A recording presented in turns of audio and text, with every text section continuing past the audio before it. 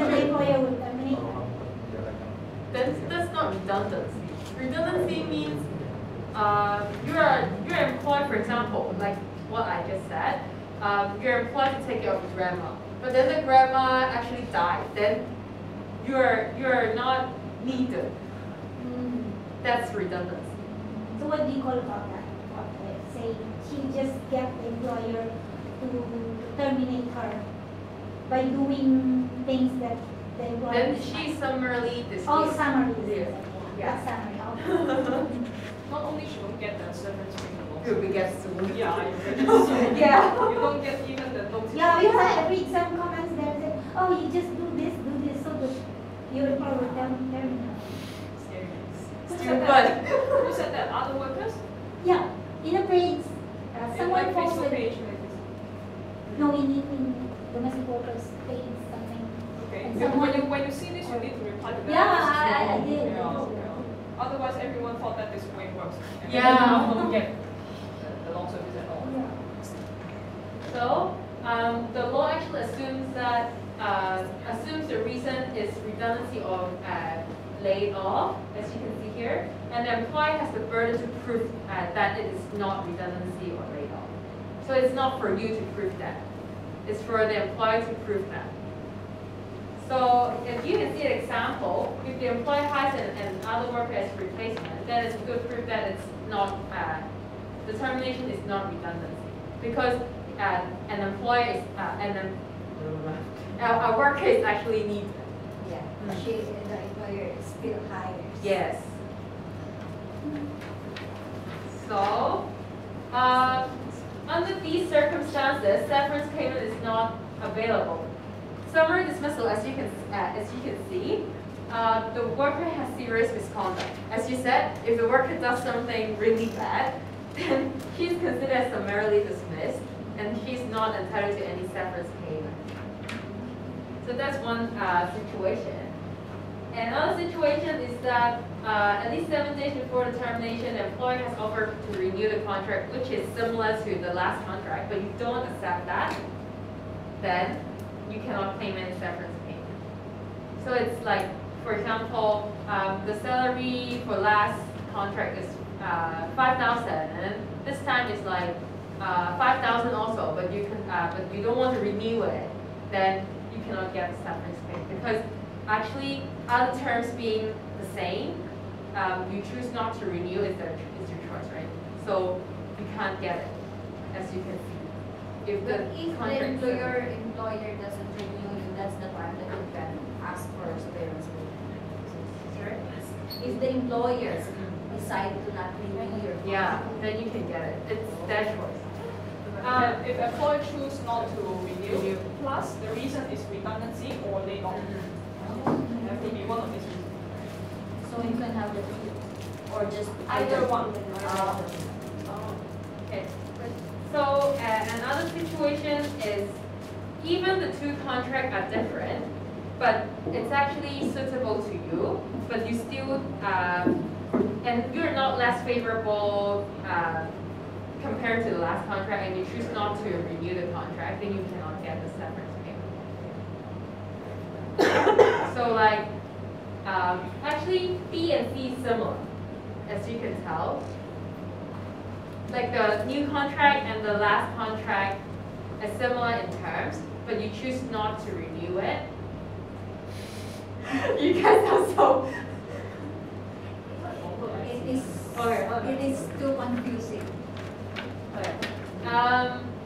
For example, in the last contract, for situation C, for the last contract you're entitled to 5,000, and then for this contract you're entitled to 5,100, for example. But then the point is, for this contract, you will not have your rest day on Sunday. Say like this. Yeah. But then it's actually comparable to the first contract, right? And you're not less favorable because you still get your rest day. So if in these circumstances you cannot, you don't renew your contract, then you cannot get severance pay. Yeah. Okay. So there are other situations as you can see here, so long as it's not unreasonable to you, then you should accept that. Put it another way.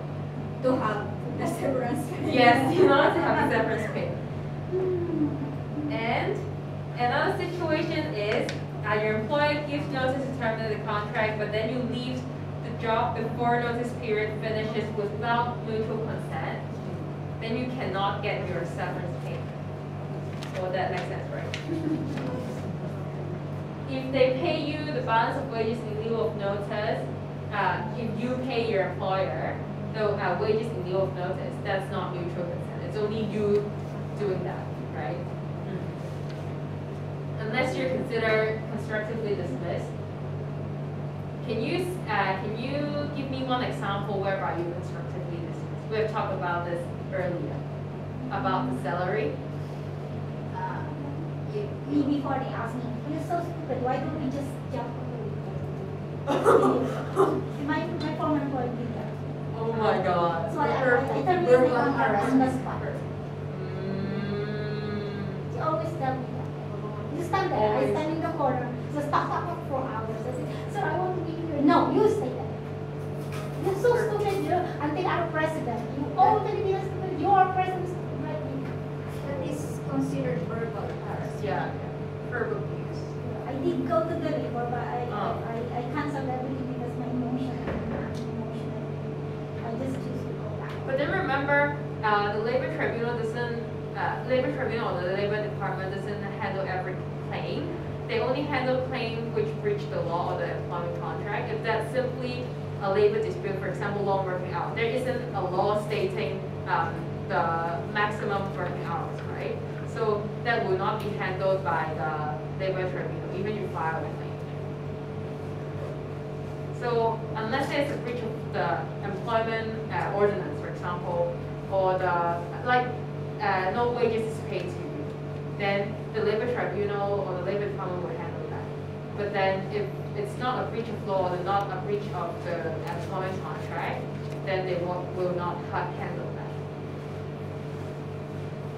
But she can file as help. Yeah, they can ask for help, but then you cannot like actually for bring this Christian claim. action and government. Oh yeah, of course.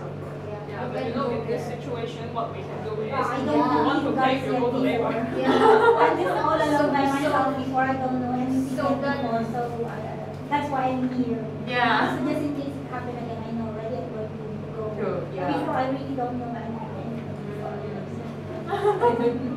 Yeah, when I go to the labor, because I'm in Saipon and the labor department is just Oh, yeah. our neighbor, and I don't even know that it's just in our neighbor before. Oh. And when I go to Taiko Shen, they told me, go with Saipon. And then I go there with family by. I think my employer before doesn't meet me for 2 weeks. They give a notice in 2 weeks if they don't come to meet you. That's just the time that they can send a notice to the employer. So I said I cannot do it. So we calculated the claim, so I calculated it's not worth waiting because I'm already so I said I need to go back home. So I didn't find anything. Oh, I see. I also pay my own ticket. Oh. But the agency asked the employer to send it to me, so she sent it to me. And the agency told me she queued up in the remittance center, so I was so happy. Oh, Yeah, you met a good agency. so the agency told me, oh, she paid, because I know how long is the queue line, so I said, oh, at least you know Helps. she experienced the queue up. So that's True. I guess we want that. Oh. You're lucky in that sense. At least I'm still here. Oh, right. So, let's move on. So, even your employer didn't expressly terminate the contract, you can be deemed to be terminated by your employer without notice. As you guys have mentioned some of the situation just now, like the abuse and not paying salary, and then serious breach, like not paying salary, as I've said. And these are other examples, as you can see. Okay.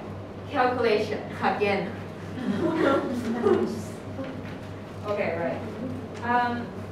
The 2/3 of last month's salary should not exceed $22,500, but that's unlikely for your cases because we all know that the salary is not very high, right? So the years of service can be pro rata, which means if you have worked 3 years, then the number of years would be like 3 years plus 11 months, 11 divided by 12 months, so it would be 3.92 years. That's mean by pro rata. Yeah. So like proportionate. Yeah. So workers must make a written claim within 3 months of termination of the contract. 3 months, remember, that's the time limit to file a claim. You know, you guys know you have to go to the labor department, and then your employer shall pay you within 2 months from the written claim. 2 months. Except that the claim is submitted to the court for the